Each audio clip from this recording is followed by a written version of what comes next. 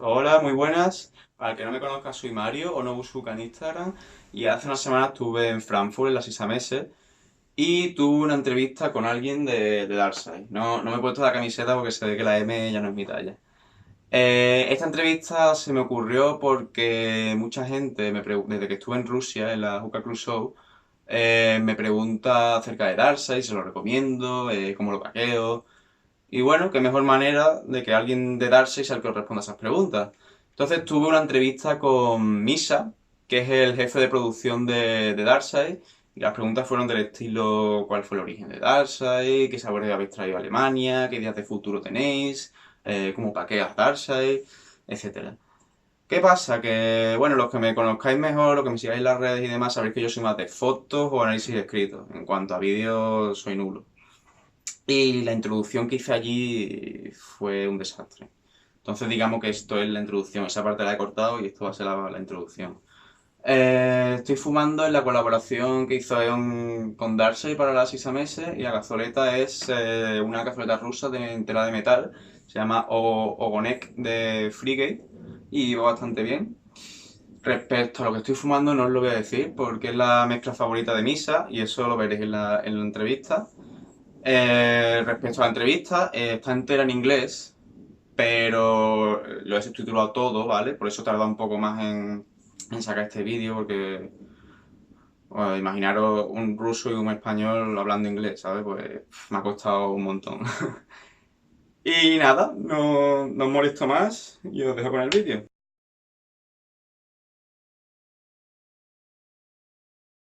So, as I said, back in 2010, we had an outsourcing service.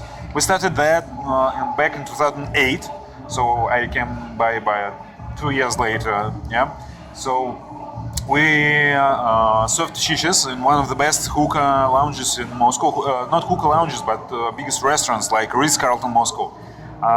We've been doing that for a long time, and in 2011 we had a problem because before that we used only legally accessed tobacco from the day one. It's our principle, and at that moment all the shipments of that tobacco stopped to Russia, so we couldn't get our hands on any kind of good access tobacco. So we tried to find some other options, and one of the best options was to buy a license to produce some kind of hookah tobacco. So we found a Swiss company named Tobacco, and we started working with them. We opened a small factory in Nizhny Novgorod and started producing that only for us, for our service. But then we put that tobacco on the market, and we had a lot of mixed reviews. We tried working on that, tried developing some new things, but we had no cooperation from Tobacco. So we tried talking to them, we tried working out things, but it didn't work out. So we had to launch our own brand. We call it D Tobacco. It was 2014, and 1 year later we developed a new brand, Darkside. So before that we produced only Virginia tobacco, based on Virginia tobacco. And from 2015 we put on the market Darkside, and it's Burley, and Burley with Virginia, and Burley with Virginia Oriental, 3 lines. So from then, 1 year later, we started producing hookahs for our shows, for our events, and then we started selling them. In 2017, we launched our daily hookah brand, which will be called Skyline in Europe because of their regulations. And a year later, we launched our streetwear line and our own charcoal. So we're trying to put on the market everything you need for the hookah as a professional and as a regular customer. So it's like an ecosystem. So Darkside Medium or Darkside Core is at the center of this ecosystem, and everything else is at the maximal suitability for the Darkside Core or base or any kind of Darkside tobacco. So the hookah is the best hookah you can get for the Darkside, and the coal is just the same. The best coal you can get for the Darkside. Everything is specially developed together.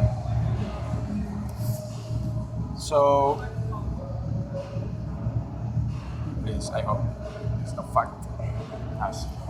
So, you said about core and the other was called base, right? Yeah. This is like soft and medium in Russia. Soft medium Russia, yeah. And how many flavors did you bring? Right now we bring 16 flavors of Darkside, both core and base, and we bring like 14 flavors of Skyline. That's because we are trying the market.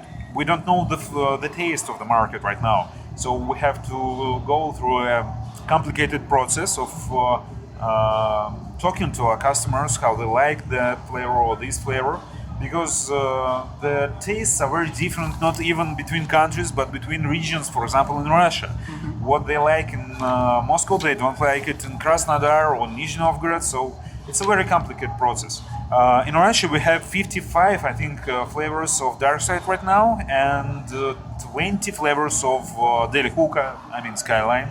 So steadily, gradually, we'll add more flavors to European market, but after a careful process of analyzing the taste profile, which is most, popular in Germany, starts in Germany, yeah. Okay. So I guess you did your research before bringing these flavors. Because one of my favorite flavors from Darkside is Berga Monster. Yeah. Man, it was sad. So classic. It's so classic. So I also want to know, because this is the first time you span through Europe, I believe. Yeah. I mean, I keep wondering, why are you starting from Europe instead of USA? Because I mean, I want to believe that USA is like a more mature market. I mean, they also have like dark leaf tobaccos. Yeah. In Europe, it's not like that, because as you can see, it's full of blown tobacco. Yeah. But you even though you're starting in Germany. First of all, we have a lot of requests from Europe on our tobacco, and we are neighbors. So of course, some of the tobacco somehow went to Europe. So there are a lot of Russian guys, and they talk about Darkside. But that's not the main reason. I mean, in US there is FDA, and they complicated the process of registering new brands very much. So we have our interest in US market, but we decided that speaking like in the means of like business, it's more suitable for us to start with Germany, because Germany is a huge market and there are a lot of hookah enthusiasts. And really, I don't know which market is really more mature, German one or US one. Yeah, US is more traditionally tend to smoke maybe more dark leaf than in Europe. But maybe it's better for us, because we will have new experience working with the guys who never smoked that much dark leaf. Same situation was in Russia, like 5 years ago. And when we started, we introduced many of the guys to dark leaf itself. Yeah, there was some dark leaf tobaccos before us in Russia, but every tobacco is just different. We even don't compare ourselves to others or others to ourselves. So I think US market will come later, maybe closer to the end of this year. But Germany for us is much easier, yeah. Okay. So now we're speaking about dark leaf tobacco. So it's well known that like the average European smoker is a blown tobacco smoker. Yeah. So do you think that maybe Darkside could be a game changer? It's interesting, really, because we had a lot of dispute back in office in Moscow.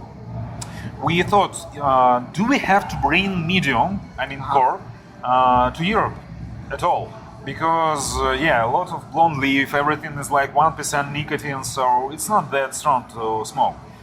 And now, what I see today, that most of the guys, they keep smoking the core line, because it's stronger and they want it more. So some flavors are presented our tasting zone only on base, on soft line. And they won't want to smoke it because it's not that strong. So I think the market is ready, more than ready now. One moment is though we didn't bring a rare with us, so we even don't have a name, European name for this line, because I think we will name it differently. I think that is too strong for now. Maybe closer to the end of the year we'll add up the third line. Yeah. Okay, cool. So I know it's too soon to tell you this, But if everything goes well in Germany, do you think that the idea of having Darkside in Spain could be real? Oh, more than real. Last year we went to Seville for the Hookah fair. It was very good to go. hot. The city was very hot. It was crazy hot. Yeah, so I like the city very much, and then I stayed in Spain for 2 weeks for vacation. So it was just perfect. But in the midst of business, yes, of course, we think to come to Spain. But of course, we have to earn some experience working with the European market, and as the laws are just a bit different in every country in Europe, we'll have to settle things in Germany and then think about expanding further. Yeah, so Spain is of course one of the markets we would like to introduce Darkside to this year, maybe. Yeah. Okay, cool. So now, since we are here in the Frankfurt Shisha Messe, is that your first time here? No, I think Frankfurt. It's the third time I'm in Frankfurt. Yeah, so I've been to Shisha Messe twice before. Yeah. So what do you think about German market? It's overheated. Yeah, it's overheated, I think, because there are so many brands. They are made from similar tobaccos and similar flavors. And what I found interesting is that customers think about flavors a lot, and they think less about tobacco part. So everyone is fixed on smoking the most concentrated flavors. As for Russia, we don't think that much about concentration of flavor. Yes, of course, we need that, but tobacco for us is more important, the strength of tobacco. So usually we use a more mild flavor profile in Russia, but we overheat it a lot to get a lot of nicotine and to get a lot of pressure on the lungs. So it's completely different way of smoking.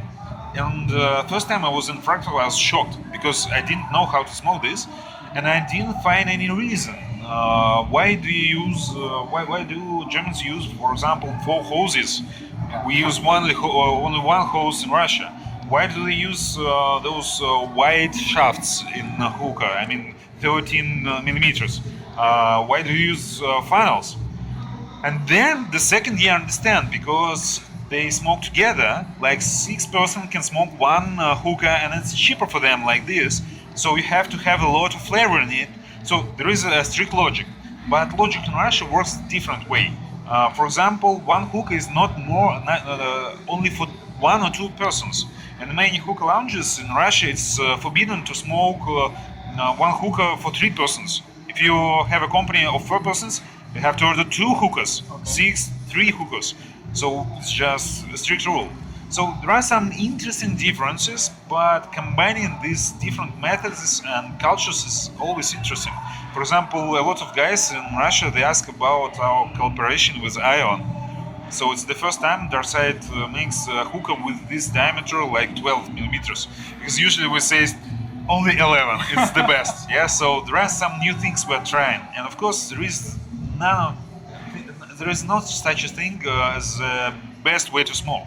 Yeah, there is a way how we produce, how we test things, but everything else is just experience. It differs in countries. Yeah, so it's always interesting to see. Yeah. Okay, and about other countries, I keep seeing that people are comparing Darkside with Tangiers, but I mean, from my point of view, I think it's different. It's very different. Yeah. So I would like you to tell to these people, what do you think about that comparison? When we started our marketing campaign in Russia back in 2015, we were asked 1,000 times about Tangiers. Are you a rival to Tangiers or competitor?